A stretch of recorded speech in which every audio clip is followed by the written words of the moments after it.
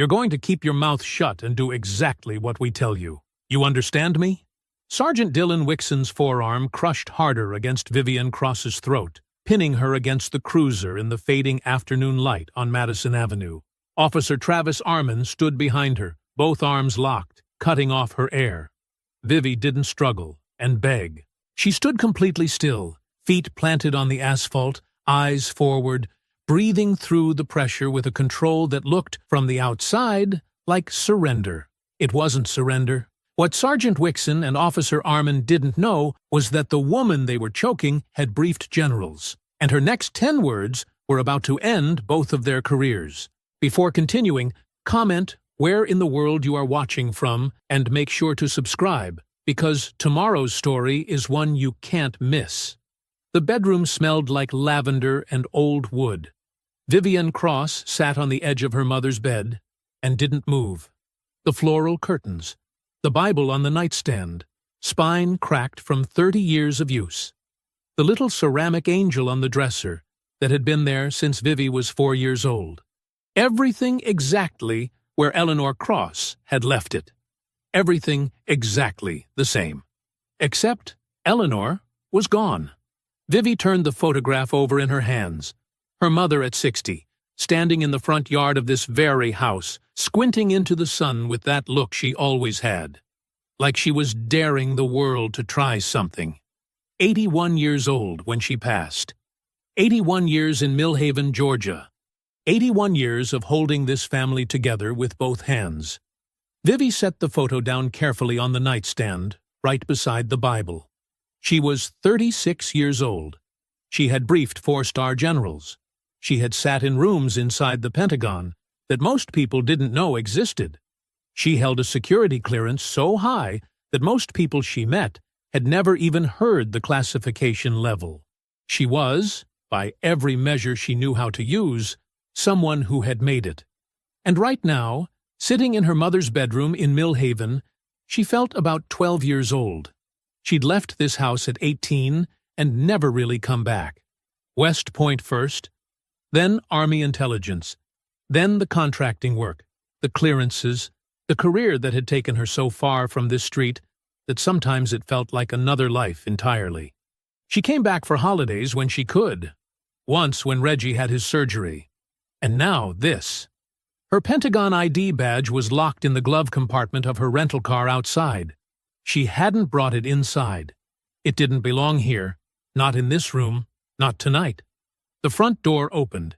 Heavy footsteps in the hall. She'd known that walk her whole life. Reginald Cross filled the bedroom doorway. 58 years old, broad-shouldered, with their mother's same dark eyes and a face that had seen too much sun and too much stress. He was 22 years older than Vivi. When she was born, he was already a grown man. He'd always been more like a second father than a brother. He looked at her now the way he'd always looked at her, like he was still a little amazed she existed. "You eat anything today?" he asked. "I'm fine." He didn't push. He went to the kitchen, and she heard the clink of cups, the rush of water. When she came out and sat at the table, there were 2 mugs of coffee waiting. Their mother's mugs, their mother's table. They sat together in the quiet. It was Reggie who spoke first. "Millhaven's gotten worse," he said. Not dramatically, like he was reading something off a list. "Wixon's unit. They run the whole west side now, every street, every corner." Vivi wrapped her hands around her mug. "How bad?" "Last month alone, 3 stops on this street." He nodded toward the front window. "Elm Street, right outside this house." He paused. "You remember Mrs. Hadley lives 2 blocks down? Her grandson, 22 years old, coming home from work. They pulled him over, threw him up against the hood. His jaw tightened, broke his wrist." Vivi went very still. "Did she file a complaint?" Reggie looked at her. Something moved behind his eyes. Not anger exactly. Older than anger. Heavier. "People file complaints," he said. "Nothing happens. That's how it works here." The kitchen was quiet. Outside, a car passed slowly on Elm Street, and Vivi watched its headlights slide across the wall. She thought about what she knew about power. About the men she'd watched abuse it in boardrooms, in briefing rooms, in places that operated far above the law. The game was always the same. The stakes just changed. "What's his name again?" she asked. "The sergeant." "Wixon. Dylan Wixon. 22 years on the force and not one thing on his record." Reggie wrapped both hands around his mug. "Not one thing." Vivi nodded slowly, filed it away in the part of her mind where things didn't get forgotten. They talked a little longer about the estate, about the paperwork at the county clerk, about what needed to happen before the end of the week. Practical things. The kinds of things that kept grief at arm's length long enough to get through the day. Eventually, Reggie left. Eventually, the house went quiet. Vivi went back to her mother's bedroom, lay down on top of the covers, and stared at the ceiling in the dark. She didn't know yet that by tomorrow, everything would change. The pharmacy was 2 miles away. That was it. 2 miles there, 2 miles back. And Vivi would have the notarized estate document in hand before the county clerk opened in the morning. The document was the last piece of paperwork standing between her and the formal transfer of her mother's house to Reggie. A single signature from the notary on duty at Millhaven Pharmacy, the only place in town that still offered the service without an appointment. She grabbed her keys off the counter, told herself she'd be back before 5, and stepped out into the Georgia afternoon. The sun was still up, but leaning toward the horizon, casting long gold shadows across Elm Street. The air was warm and thick, the way southern afternoons get in early fall. The streets were quiet. Most people were still at work, or just getting home. She pulled out of the driveway, headed south, and let the hum of the rental car fill the silence. She almost didn't notice the cruiser. It was sitting half a block back with its lights off, tucked against the curb like it was parked. She clocked it out of habit. She always clocked things, always catalogued her surroundings, but didn't think much of it. She turned onto Madison Avenue. The cruiser pulled out behind her. She kept her speed steady, both hands on the wheel. 2 blocks from the pharmacy, the lights came on. Red and blue flooded her rearview mirror. The siren gave one short, sharp blip. "Pull over." Vivi took a slow breath through her nose and guided the car to the curb. She cut the engine, put both hands on top of the steering wheel, and waited. She heard the cruiser doors, 2 of them.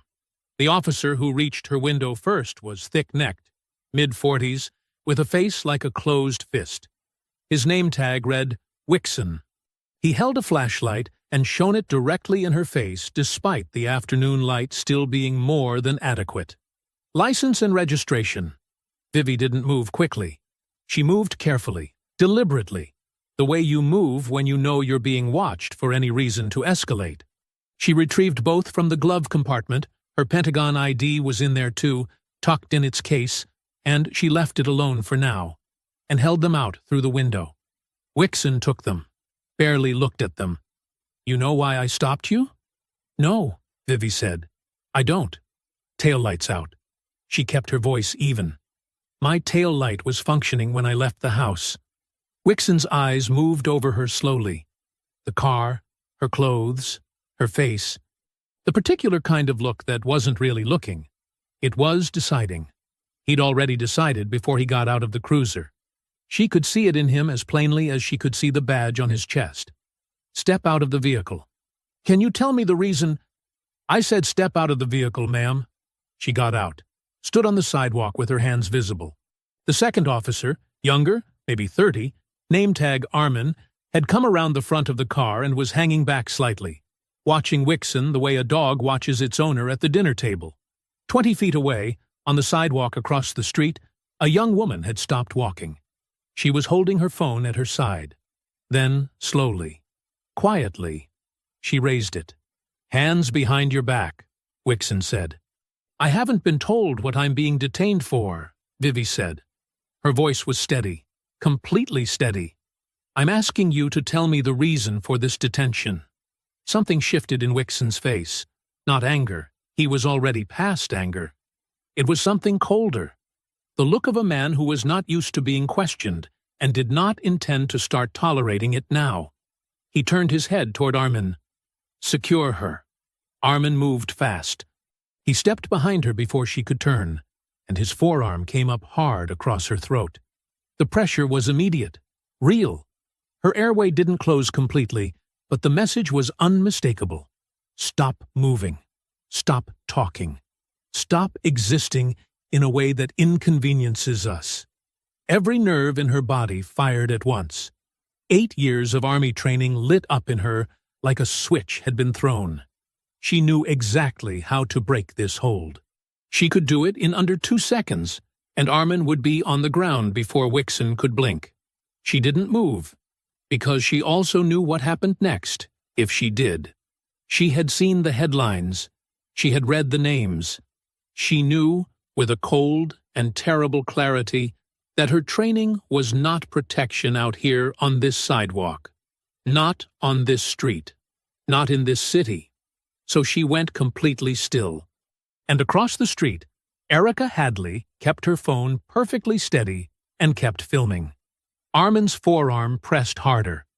Vivi felt the burn in her throat, the way her pulse thudded against the pressure of his arm. The afternoon sun was still warm on her face. A car passed slowly on Madison Avenue and didn't stop. Nobody stopped. She breathed, in through her nose, out slow. Her army instructors used to say that panic was just energy without direction. She had learned, over 8 years of service, how to take that energy and point it somewhere useful. She pointed it now at the only weapon she had left, her voice. "I need you to stop." She said it clearly.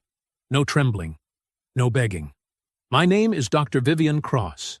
I am a senior defense analyst contracted to the Pentagon's Office of Special Programs. I hold a TSSCI security clearance, and I am expected at a briefing at Fort Benning at 0600 tomorrow morning." She paused just long enough to let that land. "If you do not remove your hands from my person in the next 10 seconds, the next call on your radio will be from the Department of Defense." Silence. Complete, total silence. Armin's arm dropped. Not slowly. All at once, like a string had been cut. He stepped back and said nothing, his face caught somewhere between confusion and something that looked very much like the beginning of fear. He was 31 years old and had likely never heard anyone speak to a superior officer, which is exactly what she had just positioned herself as, with that kind of absolute, immovable calm. Wixon hadn't moved. He was staring at her with his flashlight still raised, and for the first time since he'd walked up to her window, he looked uncertain. Vivi looked straight back at him and did not blink. "Prove it," Wixon said finally. His voice had lost some of its edge. Not all of it, but enough that she noticed. She turned toward her car. Her throat was already aching, a deep, throbbing soreness that she knew from experience would be worse by morning. She opened the passenger door, reached into the glove compartment, and pulled out the black case.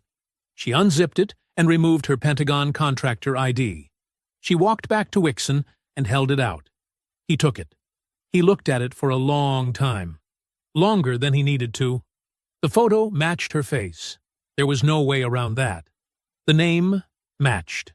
The title, Senior Defense Analyst, Office of Special Programs, was printed in clean black type.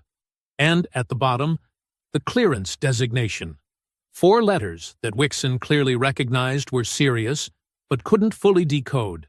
That was the part that got him. She could see it. The thing he didn't understand was more frightening to him than the thing he did. His jaw tightened. A muscle jumped near his eye. He held the ID out without looking at her. "Get your tail light fixed," he said. His voice was flat now, emptied out. He walked back to the cruiser. Armin followed without a word, without looking at her, like a man trying to leave a room he'd never been in. The cruiser pulled away from the curb and disappeared around the corner. Vivi stood on the sidewalk and watched until the taillights were gone. Her hand was steady. Her face was steady. Inside her chest, her heart was hitting hard and fast, the way it used to after a training exercise when the adrenaline finally had permission to show itself. She became aware of movement across the street. The young woman who had been filming walked toward her. She was maybe 29. natural hair pulled back. Work uniform still on, like she'd just finished a shift. Her eyes were wide, but her expression was clear and determined. "I got everything," she said quietly. From the second the lights came on. All of it. She turned the phone screen toward Vivi. Vivi watched it. The footage was steady. The audio was clean. Armin's arm across her throat. Wixon standing there watching it happen. Her voice cutting through the silence. The moment Armin stepped back. All of it. In clear afternoon light. Unambiguous and complete. "What do you want me to do with it?" the young woman asked. Vivi looked up from the screen. "What's your name?" "Erica. Erica Hadley." Vivi looked at the footage one more time. Then she looked at Wixon's empty cruiser spot on the curb. Then she looked at the bruises she could already feel forming on her throat. "Hold on to it," Vivi said. "Don't send it to anyone yet. Don't post it. Can you do that?" Erica nodded. "Good." Vivi zipped her ID back into its case. "I'll be in touch." Vivi didn't go to the pharmacy. She drove straight back to her mother's house, parked the rental, and sat in the driveway for a moment with both hands in her lap. The notarized document could wait until morning. She had bigger problems now. Inside, she went directly to the bathroom mirror. The bruising had already started. A band of deep reddish purple across the front of her throat, wider on the left side where Armin's forearm had pressed hardest. She took her phone out and photographed it carefully. Straight on first, then both angles. She kept her face out of the frame and focused only on her neck, making sure the light was clear and the bruising visible. Then she sent the photos to her own email and saved them to 2 separate folders on her phone. Evidence. That was what her life was now. She changed into a clean shirt and sat down at her mother's kitchen table with her laptop. She opened a fresh document and began typing. Time, location, names, badge numbers she had memorized from their name tags, the exact words spoken, the exact sequence of events. She wrote it the way she wrote intelligence reports. Clean, precise. Nothing left out. Nothing exaggerated. She was halfway through when she heard Reggie's key in the front door. He stopped in the kitchen doorway and looked at her throat. The color drained from his face. What happened? It wasn't a question. She told him anyway. All of it, from the cruiser pulling out behind her to Armin's arm to Wixon's face, when he read the clearance designation on her ID. She told it straight. No drama, the same way she'd just written it down. When she finished, Reggie pulled out the chair across from her and sat down heavily, like his legs had decided they were done holding him up. "Wixon," he said quietly. "Wixon," she confirmed. He stared at the table for a moment. Then he picked up his phone and began scrolling. She watched his face while he did it, the way it moved through something complicated, something she didn't have a full name for yet. He found what he was looking for and slid the phone across the table to her without a word. It was a city government page. The Mill Haven Civilian Police Oversight Board. 7 members. She read the appointment records. Then she read them again. Every single member had been appointed by Mayor Leon Landl. Every one. "His brother-in-law is Wixon," Reggie said. "Has been for 12 years. Vivi set the phone down. She felt something cold move through her. Not surprise, exactly. Something worse than surprise. The particular feeling of watching a trap become visible only after you've already stepped into it. "There's more," Reggie said. He took the phone back, pulled up something else, and handed it over again. She read through 3 separate complaint records, all filed against Wixon in the last 2 years. The first was from Harold Bell, 67 years old, a deacon at First Baptist on Cooper Street. His arm had been fractured during a traffic stop. He'd filed a detailed formal complaint with photographs and a witness statement. Dismissed in 26 days. The second complainant, a 40-year-old schoolteacher named Fiona Moore, had filed after her teenage son was stopped and searched without cause 3 times in a single month. Dismissed in 30 days. The third complainant had filed after a confrontation outside a grocery store that left him with a concussion. His complaint was dismissed in 19 days. He was arrested 4 months later on a disorderly conduct charge. The charge was eventually dropped, but sat on his record like a warning sign to anyone watching. 3 people, 3 complaints. 3 doors slammed shut. Vivi closed the laptop. "The oversight board is a rubber stamp," she said. "Always has been," Reggie said. "Landell built it that way." She sat back in her chair and looked at the ceiling. Outside, the last of the afternoon light was fading from gold to gray. Somewhere on Elm Street, a dog was barking. Everything was completely ordinary and completely wrong at the same time. She looked at her Pentagon ID on the table beside her laptop. Then she looked at the photograph of her bruised throat still open on her phone screen. Then she looked at Reggie. "Then we don't go through the city," she said. Reggie held her gaze for a long moment. He had 22 years on her. He had watched this city operate for decades. He knew better than anyone what going up against Wixon and Landell would cost. He nodded slowly.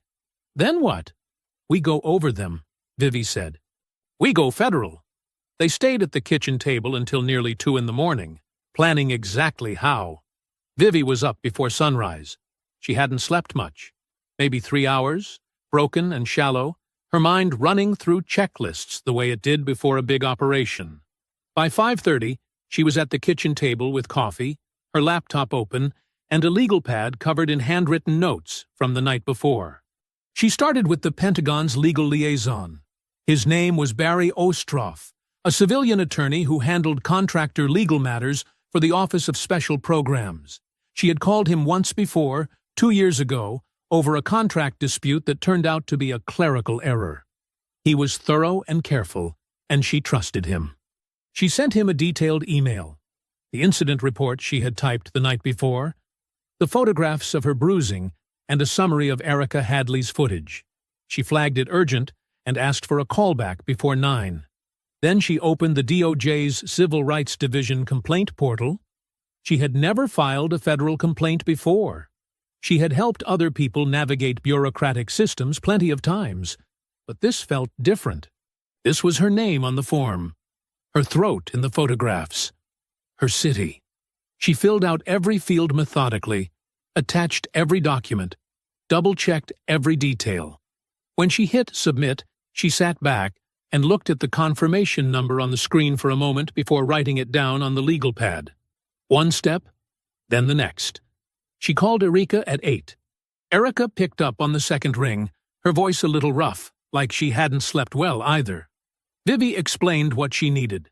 The footage transferred to a secure file-sharing link that Vivi would set up, and a brief written account of what Erica had witnessed, in her own words, signed and dated. "Is this going to get complicated?" Erica asked. "It's already complicated," Vivi said honestly. "But the footage is the strongest piece of evidence we have. I need it preserved properly." A pause. "Okay," Erica said. "Tell me what to do." Vivi walked her through it, step by step. When it was done, she uploaded the footage to 3 separate secure servers, 1 cloud account, 1 encrypted external backup she carried in her laptop bag, and 1 she sent directly to Ostroff's secure intake system at the Pentagon liaison office. Barry Ostroff called at 8:45. He listened without interrupting while she laid out the full account. When she finished, he was quiet for a moment. "Vivian," he said carefully, "the bruising photographs alone are significant.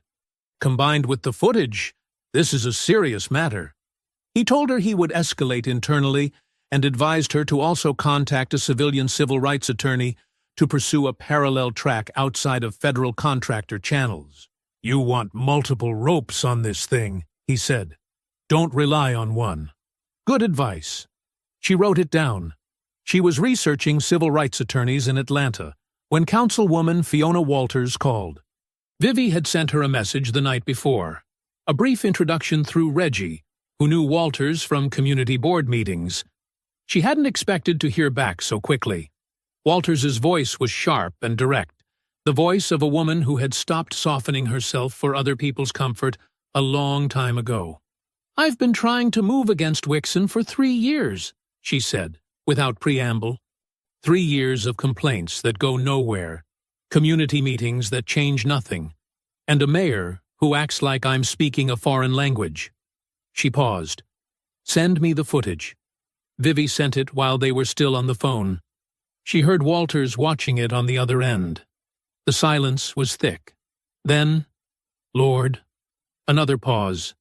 "You said you have medical documentation of the injuries?" "Photographed it yesterday and formally documented it this afternoon," Vivi said. "I'm taking Reggie with me to the county medical office after lunch." "Good. Don't skip that step." Walters's tone shifted into something focused and almost warm. "You might be exactly what this city has been waiting for." That afternoon, Reggie drove her to the county medical office on Birch Street. The physician on duty, a tired-looking woman named Dr. Carol Sims, examined her throat, photographed the bruising under clinical lighting, and wrote a formal injury report documenting the contusion pattern as consistent with a forearm compression hold. She handed Vivi 2 copies. On the drive back to Elm Street, Reggie didn't say much. Neither did she. Inside the house, Vivi sat down at the kitchen table and laid everything out in front of her. The complaint confirmation number, the medical report, the secured footage, the legal pad that's full of notes. For the first time since the stop, she allowed herself to feel something close to hope. She didn't know yet how quickly that feeling was going to be taken from her. Vivi's phone rang at 6:40 in the morning. She was already awake, already at the kitchen table with coffee, already going over the legal pad from the night before. She looked at the screen. Councilwoman Walters. She picked up. "Have you seen the Gazette?" Walters didn't bother with hello. "Not yet." "Pull it up, right now." Vivi opened her laptop and found the Millhaven Gazette's website. The story was small, 4 paragraphs, buried below the fold on the local news page. Easy to miss if you didn't know to look for it. She read it once fast, then again slowly. Local woman makes unverified federal claims. During routine traffic stop. Her stomach tightened. The article described an unnamed woman who had become agitated and uncooperative during a routine stop on Madison Avenue. It said she had made unsubstantiated claims of government employment when officers attempted to conduct a lawful investigation. It quoted an unnamed police department spokesperson saying the stop had been standard procedure and that the woman's behavior had escalated the situation unnecessarily. There was no mention of a chokehold, no mention of bruising, no mention of a Pentagon ID that Wixon had held in his own hands. She was the problem. That was the story they were telling. "Wixon filed a counter-report yesterday afternoon," Walters said. Her voice was tight with fury she was working hard to contain. "I have a source inside the department. He described you as erratic, aggressive, and claimed you obstructed a lawful investigation. Landell's office fed the story to the Gazette the same evening." A short pause. "They move fast." "I'll give them that." Vivi stared at the article. She thought about the bruise photographs on her phone. She thought about Erica's footage sitting on 3 secure servers. She thought about the formal DOJ complaint with its confirmation number written in blue ink on her legal pad. She closed the laptop. "How old are you?" Walters asked suddenly. 36. Silence on the line. Then, "I was afraid of that. Listen to me carefully, Vivian. They are going to use that. Every chance they get. They are going to push the idea that you are too young, too emotional, too eager to make a name for yourself, that this is some kind of overreaction from a girl who doesn't know how things work." Her voice was hard and clear. "Do not give them a single thing that fits that picture. Not one." "Understood," Vivi said. She ended the call and looked at Reggie, who had come downstairs during the conversation and was leaning against the kitchen door frame in his bathrobe, watching her face read the situation. "They went to the press," she said. He nodded like he'd been expecting it. "That's what they do first. They make you the story." Vivi pulled up her contacts and found the name she'd written down the night before after Barry Ostroff's recommendation. Jerome Price. Atlanta-based civil rights attorney with 20 years of experience and a reputation that Ostroff had described in 3 words: thorough, aggressive, effective. Price picked up on the 3rd ring. She gave him the same briefing she had given Ostroff, Tight, sequential, nothing wasted. When she finished, he asked 4 questions. Short, sharp, precise. Did she have medical documentation? Yes. Was the footage time-stamped and unedited? Yes. Were there any prior complaints against the officer on public record? Unknown but suspected. Had she filed with the DOJ? Yes. Confirmation number in hand. Send me everything, Price said. All of it. I want the footage, the medical report, the complaint confirmation, the photographs, and the Gazette article. A brief pause. If what you're describing is accurate, and I have no reason to think it isn't, this is not a difficult case. What it is a dirty fight. These men have been running this playbook for a long time, and they are comfortable with it. How long will it take to review? Vivi asked. Give me 2 hours. He called back in 90 minutes. He was taking the case. That evening, Vivi, Reggie, and Jerome Price were on a 3-way call at the kitchen table. Price had already begun pulling Wixon's public complaint history from city records. What he was finding, he said carefully, suggested a pattern that went back much further than 2 years. When the call ended, the house was quiet. Reggie poured them both a glass of water and sat back down. Outside, Elm Street was dark and still. Vivi looked at her mother's photograph on the wall. Wixon thought he had killed this story before it could breathe. He had no idea it had just learned to run. The call came at 7 in the evening. Vivi was at the kitchen table reviewing the documents Jerome Price had sent over when her phone buzzed. Erica Hadley. She picked up immediately. They pulled me over. Erica's voice was unsteady in a way it hadn't been before. Thin at the edges, like something was pulling it apart. 20 minutes ago, right outside my apartment complex. Vivi set her pen down. Which officer? The young one. Armin. He was alone. A shaky breath. His dash cam wasn't working. He said it was a technical issue. Of course it was. What did he cite you for? Erica let out a short, humorless sound. 3 things. Failure to signal a lane change, expired registration, and a cracked windshield. A pause. Vivi, my registration is current. I renewed it in July. I have the receipt on my refrigerator right now. Vivi stood up from the table and walked to the window. Outside, Elm Street was quiet and amber under the streetlights. She kept her voice calm. Did he say anything else? He didn't have to. Erica's voice dropped lower. He just stood there with that look. Like he was enjoying it. Like he wanted me to know exactly why he was there. Another pause, and when she spoke again, there was something underneath the fear. Something raw and tired. I have a 6-year-old, Vivi. I work 2 jobs. I don't know if I can keep doing this. Vivi pressed her hand flat against the window frame and stared at the street below. This was the part they didn't show in the headlines. Not the dramatic confrontation, not the moment of visible cruelty that got filmed and shared. This part, the quiet, grinding, targeted pressure, applied to the most vulnerable person in the chain. Wixon didn't need to come for Erica himself. He just needed her to disappear, to decide it wasn't worth it, to delete the footage and go back to her 2 jobs and her 6-year-old and pretend she hadn't seen anything on Madison Avenue 2 days ago. It was efficient, it was cruel, and it worked. That was the worst part. It worked all the time on people who had every reason in the world to protect themselves instead of strangers. Vivi turned away from the window. Erica. Her voice was steady and deliberate. I need you to listen to me. What Armin just did, citing you on fabricated violations the day after you filmed that footage, that is witness intimidation. That is a crime. And we are going to add it to the case. She paused. But I need you to hold on. Can you give me 72 hours? Silence on the other end. They know where I live, Erica said quietly. I know. Vivi didn't dress it up. Erica was too smart for that, and had been through too much in the last 48 hours to deserve anything less than the truth. They are trying to scare you because you are the witness. That means you matter.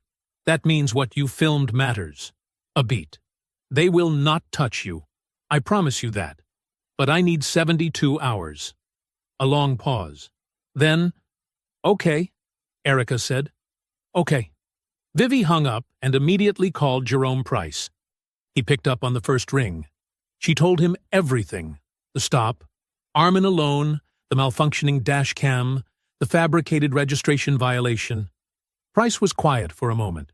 When he spoke, his voice had a new edge to it. Sharper. Focused. The registration is the mistake, he said. If she has documentation showing it was renewed in July, that citation is provably false. That is not a gray area. That is an officer of the law filing a fraudulent citation against a material witness. Another pause. I'm adding Erica Hadley to this case tonight. Send her my number. Vivi sent it before she was even off the phone with him. She stood in the kitchen for a moment after the calls ended. Reggie was in the living room, and she could hear the low murmur of the television. The house smelled like the coffee she'd let go cold on the counter. She thought about Erica's voice, that thin, fraying edge in it. 29 years old, working 2 jobs, raising a daughter, and now carrying something that no one had asked her permission to hand her. She thought about all the Ericas that came before, the ones who had no one to call, the ones who deleted the footage, the ones the machine had successfully ground down into silence. She picked up her cold coffee and poured it down the sink. Not this time. Vivi came downstairs at 7 in the morning and found Reggie already at the kitchen table. His coffee was in front of him, untouched and cold. He was still in his pajamas, both hands flat on the table, staring at nothing. Not the wall, not the window, nothing. The look on his face was the look of a man who had made a decision in the night and was still sitting with the weight of it. Vivi poured herself a cup and sat across from him. She didn't say anything. She had learned, growing up with Reggie, that he couldn't be pulled toward a thing. He had to arrive at it himself, in his own time. She waited. He spoke without looking up. In 2009, he said, there was a young man named Zeke Tully. Vivi went still. 24 years old. Worked at the hardware store on 5th Street. Good kid. Everybody knew him. Reggie's voice was flat and careful, the way voices get when they've been rehearsing something for a long time and are finally saying it out loud. He got pulled over one night in August, 3 blocks from his mother's house. A pause. He didn't make it home. The kitchen was completely quiet. Wixon was on scene, Reggie said. He was a patrol officer back then. There were 2 others with him, but Wixon was the one. He stopped, started again. I was there. I just left a school board meeting, and I was driving home on that same street. I saw the lights. I pulled over because something felt wrong. His jaw tightened. Something was wrong. Vivi set her cup down slowly. I gave a statement, Reggie said. Told them exactly what I saw. Names, times, the whole thing. He finally looked up at her. His eyes were dry, but hollowed out in a way that was harder to look at than tears. My statement disappeared. Gone. Like it never existed. And then one of Landell's people came by the school. Not threatening. Nothing you could point to. Just a friendly visit to say how much the city appreciated Principal Cross and how they hoped everything at Jefferson High was going well. Reggie, I had 400 kids in that building, he said. 400 kids who needed me to show up every morning. I had this house and Mama inside it. I watched what happened to the people who pushed back against Wixon in this city, and He stopped again, put one hand over his mouth briefly, then lowered it. I made a choice, and I have lived inside that choice for 15 years. The silence between them was vast and full of everything that had ever separated them. The 22 years of age. The different paths. The fact that she had left, and he had stayed, and what each of those decisions had cost. Vivi thought about being 12 years old and watching Reggie drive away to his own life, already a man, already shaped by a version of Millhaven she was too young to fully see yet. She thought about all the years she had spent building her career in rooms far from this city. believing that distance was the same thing as safety. It wasn't. It had never been. It had just been distance. "Why now?" she asked. Not accusingly. She genuinely needed to know. Reggie looked at her for a long moment. "Because Mama's gone," he said simply. "And you're here.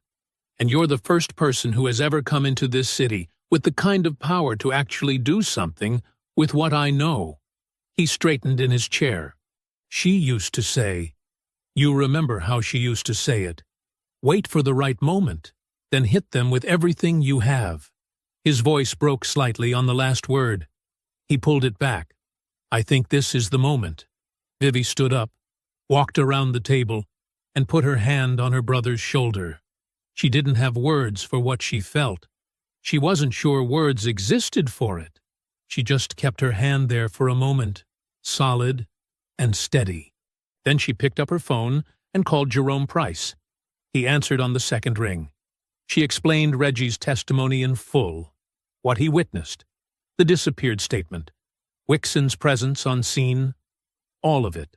Price was silent for a moment when she finished. Then she heard him exhale slowly. "I need him to give me a sworn affidavit," Price said. "Today. How soon can he be ready?" Vivi looked at Reggie across the kitchen.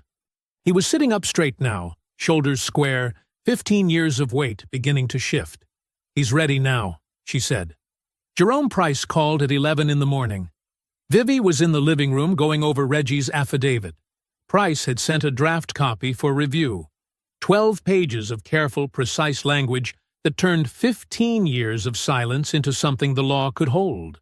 When her phone buzzed on the coffee table, she picked it up before the second ring. "The DOJ opened a preliminary inquiry this morning," Price said. "Official. On the record. I have the case number." Vivi closed the affidavit draft slowly. "When?"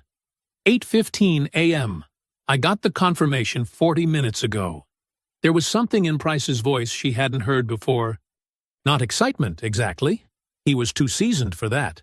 But a controlled energy, like a man who had been pushing against a locked door and just felt it give. "The footage has been formally received into federal evidence. All 3 server copies logged and time-stamped. Which means no one at the local level, not Wixon, not Landell, not anyone connected to either of them, can touch it. It is out of their reach." Vivi sat back against the couch cushions. For a moment, she just breathed. "There's more," Price said. "Councilwoman Walters has formally called an emergency city council session for the day after tomorrow. She's requesting Wixon's immediate suspension pending investigation. She has 3 other council members already committed to supporting the motion. Landell will block it. He can try. But here's the thing. The story got picked up overnight." Price paused for effect, and she appreciated that he let the moment exist. "National outlet, not a local affiliate. They framed it as a credentialed federal contractor subjected to an unlawful chokehold during a pretextual traffic stop. They used your title.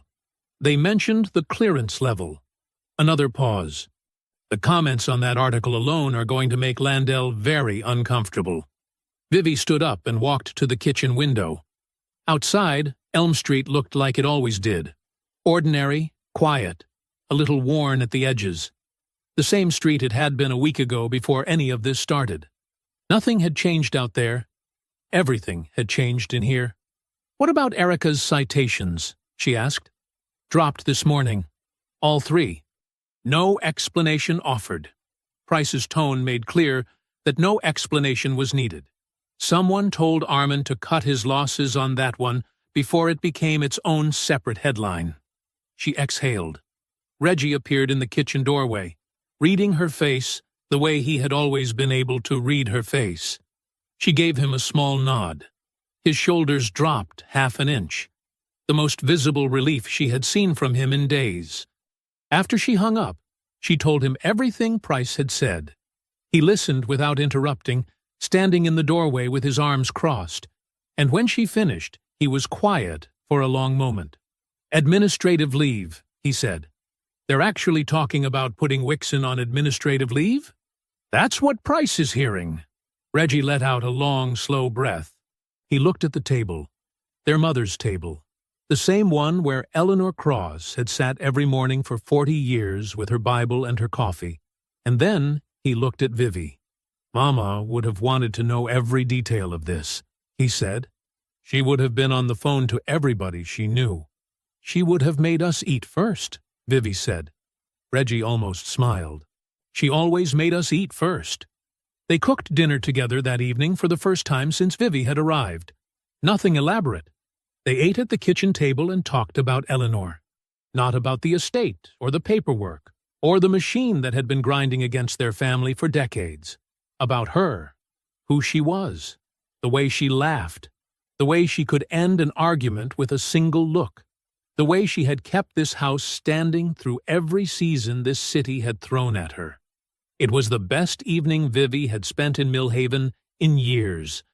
She went to bed that night feeling something she hadn't felt since before the traffic stop. Something light and almost unfamiliar. She felt like it might actually be over. She lay in her mother's bedroom in the dark, listening to the quiet of Elm Street, and let herself believe, just for one night, that the worst was behind them. She was wrong. By morning, Mayor Landell would make sure of it. Vivi's phone rang at 6:15 in the morning. She was still in bed, not quite asleep, watching the early light come through her mother's floral curtains. She reached for the phone without sitting up. Jerome Price. She pressed it to her ear. "Talk to me," she said. "Landell moved last night." Price's voice was measured, but tight, the way it got when he was controlling something he didn't want to show. "He contacted the private contracting firm that administers your Pentagon clearance. Not the Pentagon directly. The civilian intermediary, Whitmore Defense Partners." Vivi sat up. "He filed a formal security concern citing your conduct during an active law enforcement encounter. The language is vague enough to be legally deniable, but specific enough to trigger their liability protocols." Price paused. "Whitmore suspended your clearance access this morning pending administrative review. Your badge has been deactivated."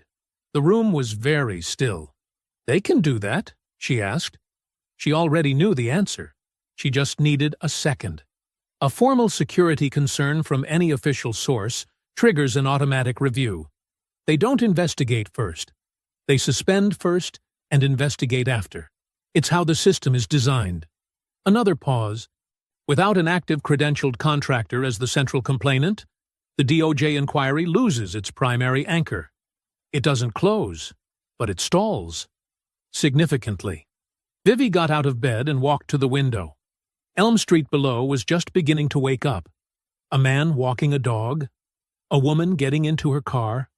Everything ordinary. Everything untouched by what was happening inside this house. "He didn't go after the case," she said quietly. "He went after you," Price confirmed. "Specifically, he went after what makes you credible. Without the clearance, without the active contractor status, you become easier to reframe. You're no longer a Pentagon analyst who was assaulted during a pretextual stop. You're a suspended contractor with a grievance." He let that sit for a moment. "I'm sorry, Vivian. This is a sophisticated move." She pressed her hand flat against the cold glass of the window. "There's more," Price said, which was the last thing she wanted to hear. "Landell leaked the suspension to the press, all of it. The clearance review, the administrative hold, your name." A beat. "It's already running." She opened her laptop on the dresser. The story was everywhere. Every local outlet had it, and 2 regional ones. The headlines were nearly identical. "Pentagon suspends, young contractor following police dispute." Young. That word, exactly where Walters had warned her it would end up. Without context, without the chokehold footage, without the medical report, without 15 years of Wixon's buried complaints, it read like a story about an impulsive young woman who had overreacted during a routine traffic stop and was now facing consequences for it. She closed the laptop. Reggie was in the doorway. She didn't know how long he'd been standing there. She hadn't heard him come upstairs. He looked at her face and didn't ask any questions. Her face was already telling him everything. She told him anyway. All of it. The contracting firm, the suspended clearance, the stalled DOJ inquiry, the headlines. She told it the same way she always told things. Straight, sequential, nothing softened. When she finished, the room was quiet for a long time. They knew exactly what to hit, she said finally. Her voice was low, steady, still, the way it always was, but underneath it, something was working very hard to stay that way. They didn't come after what I did. They came after what I'm still building. Reggie crossed the room and sat on the edge of the bed. He didn't offer empty comfort. He knew her well enough to know she didn't want it. He just sat there, present and solid, the way he had always been for her. She stood at the window for a long time. She thought about Eleanor Cross. 81 years in this city. Every door that had been closed in her face, every system that had been designed to make her feel small, every year she had kept this house standing anyway. She hadn't done it by pretending the walls weren't there. She had done it by finding the cracks. Vivi looked down at the street. Then she looked at her phone. There was one call she hadn't made yet. One person she had deliberately kept out of this because she hadn't wanted to pull that card, hadn't wanted to need it, had wanted to prove she could handle it herself. She scrolled to the contact. General Ralph Whitfield. Retired. She stared at the name for a long moment. Then she put the phone face down on the dresser and went downstairs to wait until midnight. Some calls you didn't make until you were absolutely certain you were ready. This one, she needed to be ready for. The house was quiet by 11. Reggie had gone to bed at 10, after sitting with her through most of the evening without either of them saying much. The television had been on in the living room, neither of them watching it, just needing the noise, until Reggie finally stood up, squeezed her shoulder once without a word, and went upstairs. Vivi sat in the dark kitchen and waited. She wasn't sure what she was waiting for exactly. Maybe for the anger to settle into something she could work with. Maybe for the fear. And she was willing to name it that now, alone in the dark, with no one watching, to compact itself into something small enough to carry. She had spent the entire day moving through the house in a controlled stillness that had cost her more than she wanted to admit. The headlines still lived on her laptop screen behind the closed lid on the table. The phone sat face up beside her coffee cup. At midnight, she picked it up and dialed. General Ralph Whitfield answered on the second ring. Not groggy, not slow, fully present, like a man who had spent 40 years sleeping light and never fully stopped. Vivian, he said. Just her name. That was enough. Something in her chest loosened by a fraction at the sound of his voice. The voice that had told her, at 24 years old, in an Army intelligence briefing room, that she was the sharpest analyst he had seen in 20 years of service. The voice that had written the letter that opened the first Pentagon door. She had not called him because she had not wanted to need him. She was 36 years old, and she had built everything herself, and she was not accustomed to asking for help. She asked for it now. She told him everything, not the compressed, tactical version she gave to Price or Walters. Everything. From the afternoon she drove to the pharmacy to pick up the notarized document, to Wixon's flashlight in her face, to Armin's forearm across her throat, to the Pentagon ID held in Wixon's thick hands, to Erica Hadley filming from the sidewalk, to the rigged oversight board, to the Gazette article, to Jerome Price taking the case, to Reggie's 15 years of silence about Zeke Tully, to the DOJ inquiry opening and then stalling, to Landl, contacting Whitmore Defense Partners, to the suspended clearance, to the headlines with that word, young, sitting in them like a verdict. She delivered it the same way she delivered intelligence briefings, sequentially, precisely, without embellishment and without breaking. When she finished, there was a silence on the line that lasted long enough that she checked the screen to make sure the call was still connected. It was. A small city mayor, Whitfield said finally. His voice was very quiet. Used a civilian political office to interfere with a federal contractor's security clearance. He said it slowly, like he was reading a document. Over a traffic stop. Yes, sir. Another silence. Shorter this time. Vivian, in 30 years of service, I have put a lot of people in front of general officers. A lot of people in high-pressure rooms where everything was on the line. A pause. I have never recommended anyone your age at the level I recommended you. You know why? She waited. Because I knew that when the moment came, and it always comes, you would not break. His voice shifted, still quiet, but with something underneath it now. Something that moved like a current. Do you still have the medical documentation of the bruising? Yes. The footage. Is it in federal admissible format across multiple secure servers? 3 servers, all time-stamped. Reggie's affidavit. Has Price finalized it? Final version signed and notarized this afternoon. Good. A brief pause. Don't sleep. I'll be there by morning. The line went quiet. Vivi set the phone down on the kitchen table and sat with her hands flat on the wood. Her mother's table, worn smooth in the places Eleanor Cross had rested her own hands for 40 years. The kitchen smelled faintly of the cornbread from dinner. Through the window above the sink, Elm Street was completely dark and completely still. She felt something she hadn't felt since before this started. Not hope, exactly. Something harder than hope. Something that didn't depend on how things went. Something that existed whether she won or lost, because it was built out of the simple fact that she had done everything right. She had not broken under Armin's arm. She had not broken under the headlines. She had not broken in the dark kitchen at the end of the worst day of her adult life. She was still here. And by morning, so would Ralph Whitfield. She didn't go to sleep. She made fresh coffee, opened the legal pad, and got back to work. The government vehicle pulled up to Elm Street at 7 in the morning. Vivi watched it from the front window.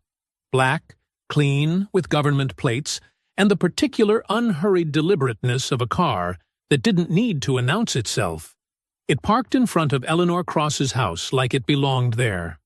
3 doors opened. General Ralph Whitfield stepped out first. He was 67 years old, broad-shouldered, silver-haired, with the kind of posture that didn't come from the military and never left it. He was not in uniform, civilian suit, no tie, but he wore it the way certain men wear everything, like it was a formality the world extended to him rather than the other way around. Behind him came 2 colleagues from the Pentagon's Inspector General office, both carrying leather document cases, and a JAG attorney named Colonel Diane Reeves, who looked like she had been awake since before Whitfield had called her. Vivi opened the front door before they reached the porch. Whitfield looked at her throat first. The bruising had faded to a dull yellow-green over the past several days, but enough remained to be visible in the morning light. His expression didn't change, but something shifted behind his eyes, a tightening, contained and professional. "Vivian," he said. "General," she said. "Come in." She brought them into the kitchen. Reggie came downstairs in a button-up shirt, having heard the car, and stood at the kitchen threshold with the quiet dignity of a man receiving guests in his mother's house. Vivi introduced everyone. Whitfield shook Reggie's hand with both of his. "Your sister," Whitfield said, "is one of the finest analysts I have worked with in my career. I want you to know that." Reggie looked at Vivi. "I know," he said simply. They sat at Eleanor Cross's table. The general, the 2 IG colleagues, Colonel Reeves, Vivi, and Reggie. And Vivi poured coffee into every cup she owned. It was the most people this kitchen had held since her mother's repast, and for a strange, suspended moment she felt Eleanor in the room. Approving, she thought. Her mother would have approved of this table full of people with documents and purpose. Whitfield spoke first. "Here is what happened," he said, laying it out with the clean precision of a man who had spent a lifetime reducing complex situations to their essential facts. Mayor Landell contacted Whitmore Defense Partners and filed a security concern using language deliberately vague enough to trigger their automatic liability protocols without being specific enough to be legally accountable. He folded his hands on the table. What he did not account for is that the request originated from a civilian municipal office, not a law enforcement agency, not a federal body, a city mayor. He paused. Using a civilian political office to interfere with a federal contractor's security clearance is not a procedural gray area, Vivienne. It is a federal crime. Title 18, Obstruction of Federal Proceedings. Colonel Reeves can walk you through the specific statutes. Colonel Reeves opened her document case without being asked. She walked them through it in plain language. No jargon, no hedging. What Landell had done. What it constituted. What the exposure was. Vivi listened to every word. Beside her, Reggie sat, very still. When Reeves finished, Whitfield looked at Vivi. I made 2 calls this morning before I got in the car. The first was to the director of Whitmore Defense Partners. Your clearance review has been rescinded. Your access is restored, effective immediately. He said it without ceremony, like it was the only reasonable outcome, which it was. The second call was to a colleague at the Deputy Attorney General level. Not a complaint intake, a direct call. He paused. The preliminary DOJ inquiry has been elevated to a full federal civil rights investigation as of 45 minutes ago. The kitchen was very quiet. Vivi looked down at her coffee cup for a moment. Then she looked up at the photograph of her mother on the wall. Eleanor at 60, squinting into the sun in the front yard of this very house, daring the world to try something. She taught me everything I know about this city, Vivi said. Whitfield followed her gaze to the photograph. He was quiet for a moment. She raised you in a city that was designed to make sure you didn't have a chance, he said. You had a chance anyway. Vivi nodded once. By noon, Jerome Price had been fully briefed and was preparing for the council session. By early afternoon, Mayor Landell's office had gone very quiet in a way that, in Vivi's experience, meant people were beginning to understand exactly how much trouble they were in. The machine was about to meet something it had never encountered before. Something that outranked it. The council chamber was standing room only by 6 o'clock.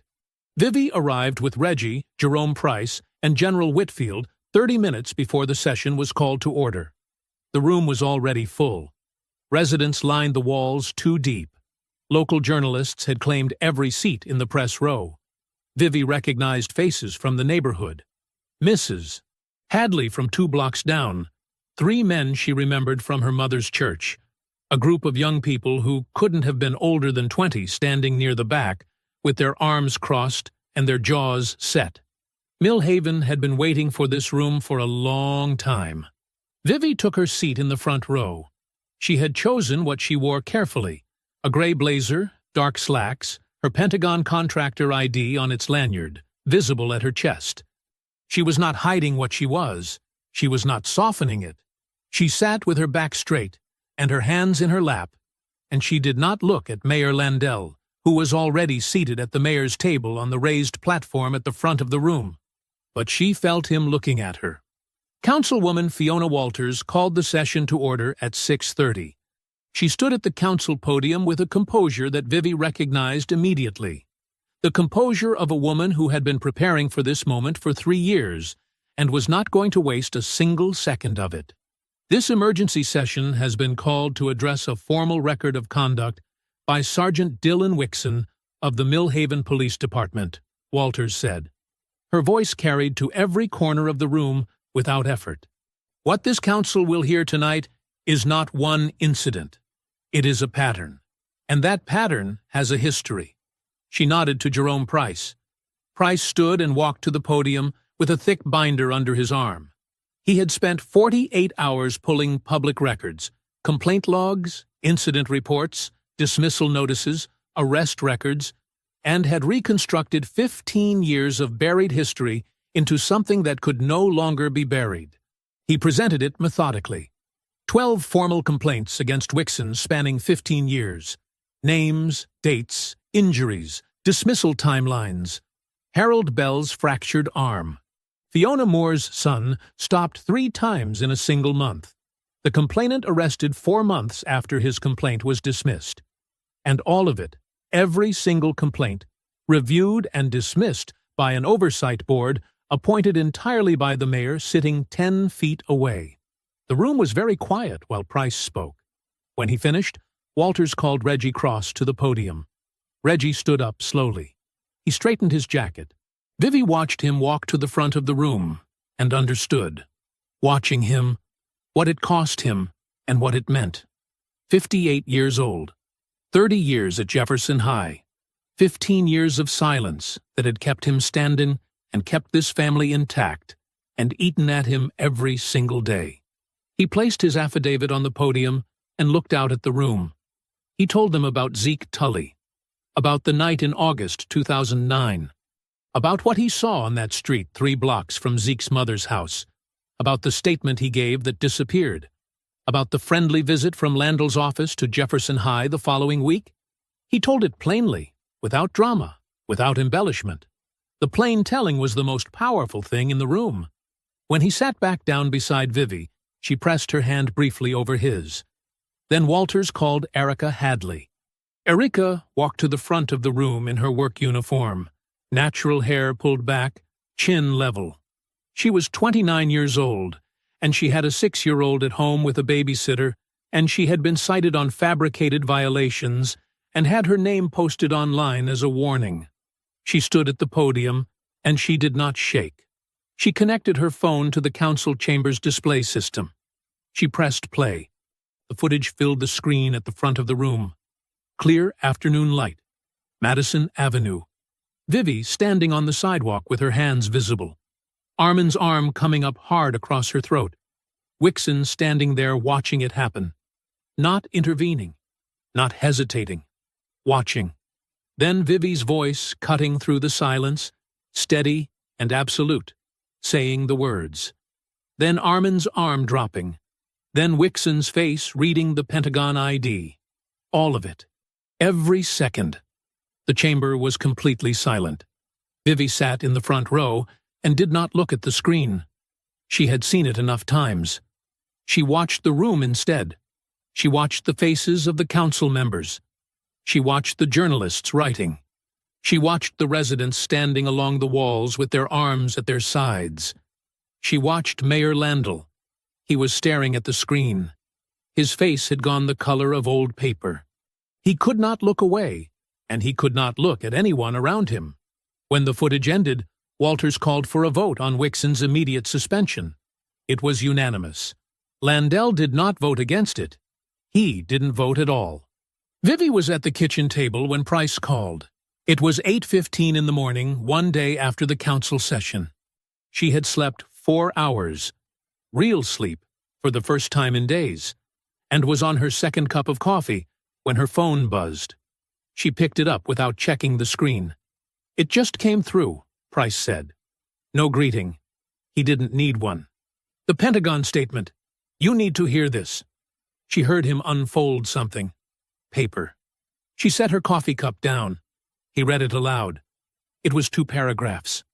Clean, formal, and precise in the way that only institutions with real power could afford to be precise.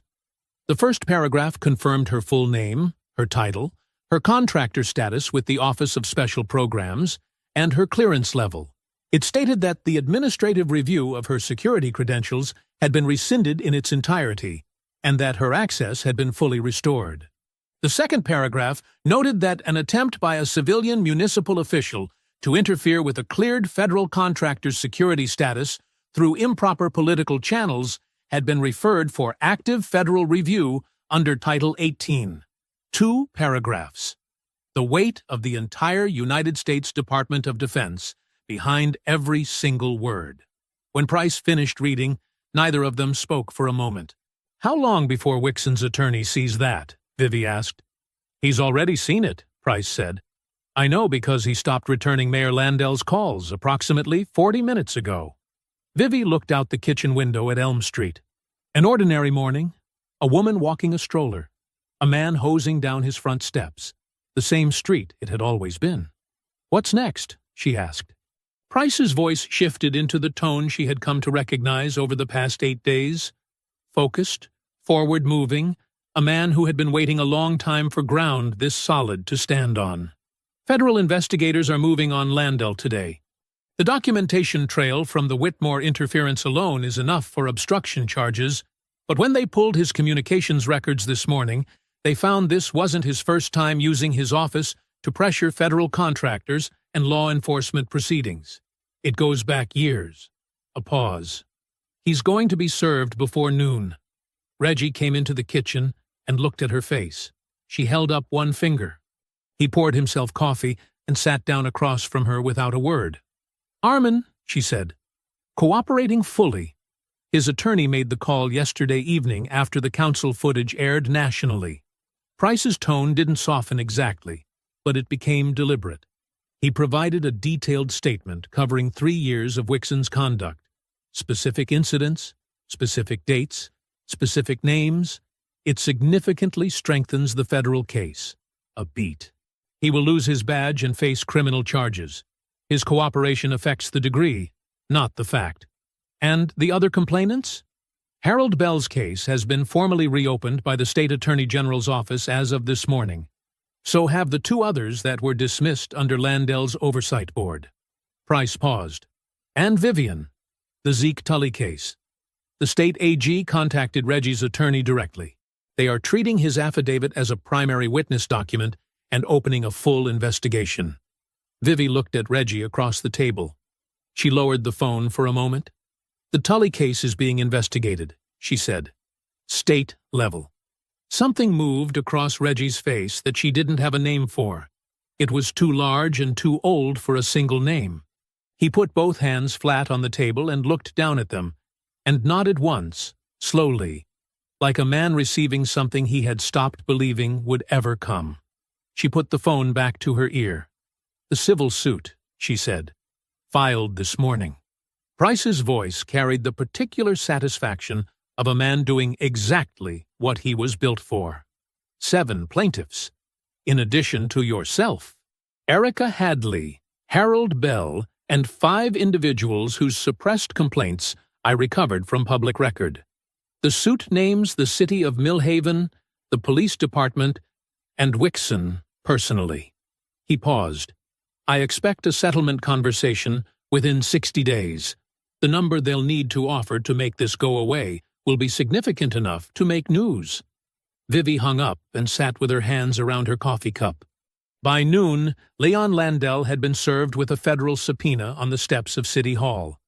By 2 o'clock, his attorney had issued a brief statement saying the mayor was cooperating with investigators. By 4, Landell had resigned. A short, hollow letter that explained nothing and satisfied no one. By evening, every local outlet that had run the headline "Pentagon Suspends Young Contractor" was running a different story entirely. Reggie cooked dinner. They ate at their mother's table and didn't talk about any of it. They didn't need to. The house was quiet in a different way now. Not the heavy, grief-soaked quiet of the first night, when Vivi had sat on her mother's bed with the photograph and felt the weight of everything Eleanor Cross had left behind. This was something else. Lighter. Like a room after a window has been opened for the first time in years. Vivi sat on the edge of that same bed, holding that same photograph. 8 days. That was all it had been. 8 days since she had driven down Madison Avenue on a simple errand, and had a man's arm put across her throat on a public sidewalk. 8 days that had moved like 8 months, dense and exhausting, and completely, irreversibly transforming. She studied her mother's face in the photograph. Eleanor at 60, squinting into the sun in the front yard. That look on her face like she was daring the world to come at her. 81 years in Millhaven, Georgia. 81 years of navigating a machine that had been built piece by piece to make sure women like her stayed small and quiet and grateful for whatever they were allowed to have. Eleanor Cross had never been small. She had never been quiet. And she had never, not once, been grateful for less than she deserved. Vivi set the photograph down on the nightstand, exactly where she had found it. The estate was fully settled. The house would pass to Reggie. He had stayed. He had kept it standing. It was his. Jerome Price had called yesterday. His voice had carried the particular satisfaction of a man who had spent 20 years fighting for moments exactly like this one, and was now living inside several of them at once. Dylan Wixson had been arrested, not suspended, not placed on leave. Arrested. Federal marshals had shown up at his house on Thursday morning, not local officers, not city police, federal marshals, and walked him out in handcuffs in front of his neighbors. The federal civil rights charges carried a maximum sentence of 10 years.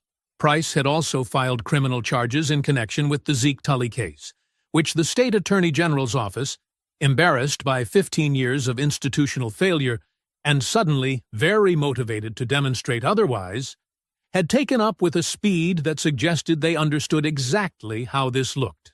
Wixson's attorney had already approached Price about a plea arrangement. Price had declined to discuss it. He intended to take it to trial, and intended to win. Mayor Leon Landell had not simply resigned. He had been escorted from City Hall by federal agents 2 days after the council session, when investigators executing a search warrant discovered that the security concern he had filed against Vivi's contracting firm was one of at least 11 instances of political interference with law enforcement and federal processes over his 8 years in office. His personal bank records, subpoenaed within 72 hours of the warrant, revealed payments that his attorney was now working very hard to explain.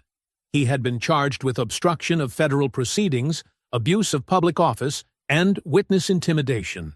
He was currently out on a bond that had cost him his house. His brother-in-law was in federal custody. His career was not over. It had been dismantled, piece by piece, in public, in a way that left nothing intact to rebuild from. Travis Armin had lost his badge, his pension, and his freedom.